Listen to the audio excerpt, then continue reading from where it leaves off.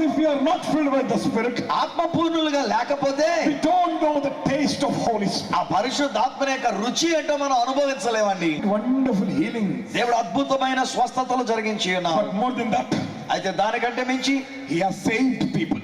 ఆయన ప్రజలను రక్షించి ఉన్నారు. More than 55 people were baptized. 55 మంది కంటే ఎక్కువ మంది బాప్తిస్మం You తీసుకున్నారండి. know why people were baptized? ఎందుచేతల ప్రజలు బాప్తిస్మం తీసుకున్నారు Because తెలుసండి? they have tasted Holy Spirit God in their life. వారి యొక్క జీవితంలో కూడా వారు పరిశుద్ధాత్మ దేవునిని వారు రుచి చూచి ఉన్నారు గనుక వారు బాప్తిస్మం తీసుకున్నారు. Do you want to taste Holy Spirit today? ఈ రోజున మీరు కూడా పరిశుద్ధాత్మ దేవుని రుచి చూడాలని ఆశపడుతున్నారా?